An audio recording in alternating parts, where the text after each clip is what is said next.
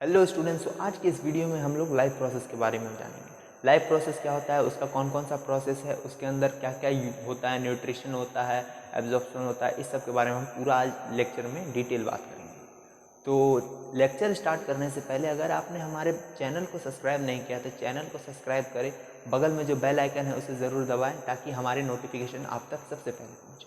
तो चलिए students, start करते हैं आज का लेक्चर।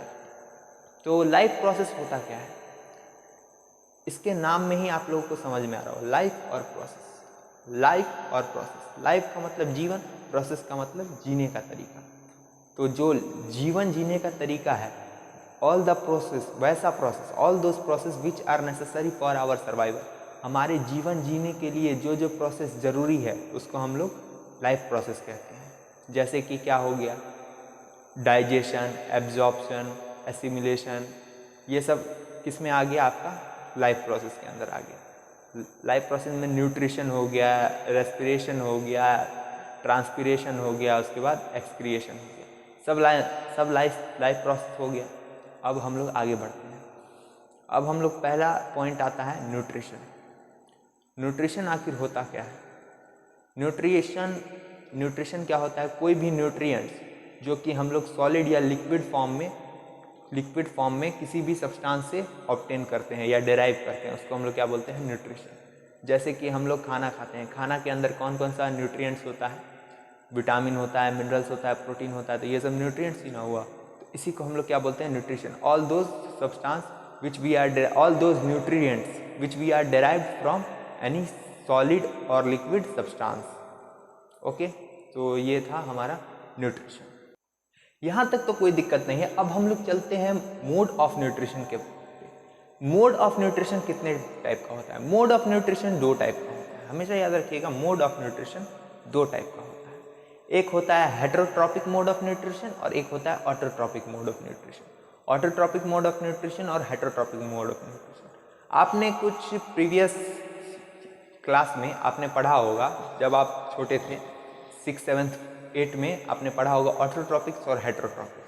अगर आपने ये दो टर्म पढ़ लिया है तो आपको तो कोई दिक्कत नहीं होगा इसमें। तो चलिए स्टार्ट करते हैं हम लोग। सबसे पहले इसमें हम लोग टर्म देख लेते हैं जो कि है autotrophic mode of nutrition. Autotrophic mode of nutrition से क्या, जो वैसा ऑर्गेनिज्म जो कि अपना फूड खुद सिंथेसाइज करता है या फिर अपना फूड खुद बनाता है और उससे न्यूट्रिशन जो है वो डेराइव करता है।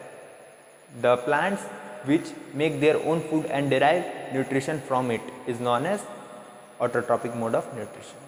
ठीक है, इतना समझ में आया। अब इसमें दो टाइप्स होते हैं, एक केमोसिंथेसिस और एक फोटोसिंथेसिस। केमोसिंथेसिस के बारे में तो आप लोग को नहीं पढ़ना है, ये हायर क्लास में, बट थोड़ा बहुत आपको इस बारे में भी मैं नॉलेज दे देता हूँ। तो क्या आता है? सबसे पहले आता है केमोसिंथेसिस। केमोसिंथेसिस के अंदर क्या होता है, रुकिए। इसके अंदर क्या होता है, ऑर्गेनिज्म जो होता है वो न्यूट्रिशन डिराइव करता है केमिकल एनर्जी के थ्रू।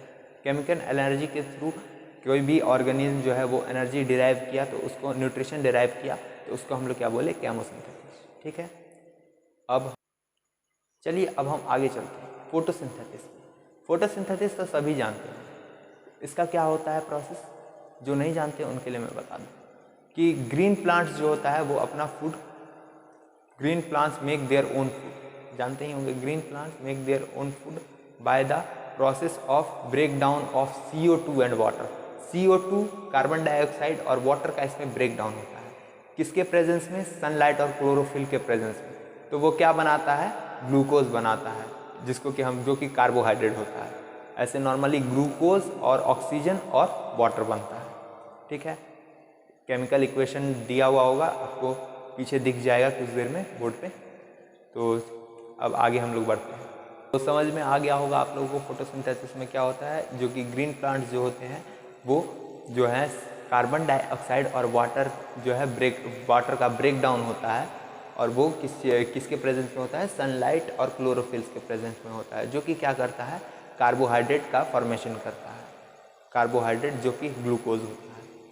ऐसे आप लोग को इसका केमिकल इक्वेशन पीछे दिख रहा होगा, तो आशा करता हूँ आप लोग नोट कर लिए होंगे। चलिए हम लोग आगे बढ़ते हैं। आगे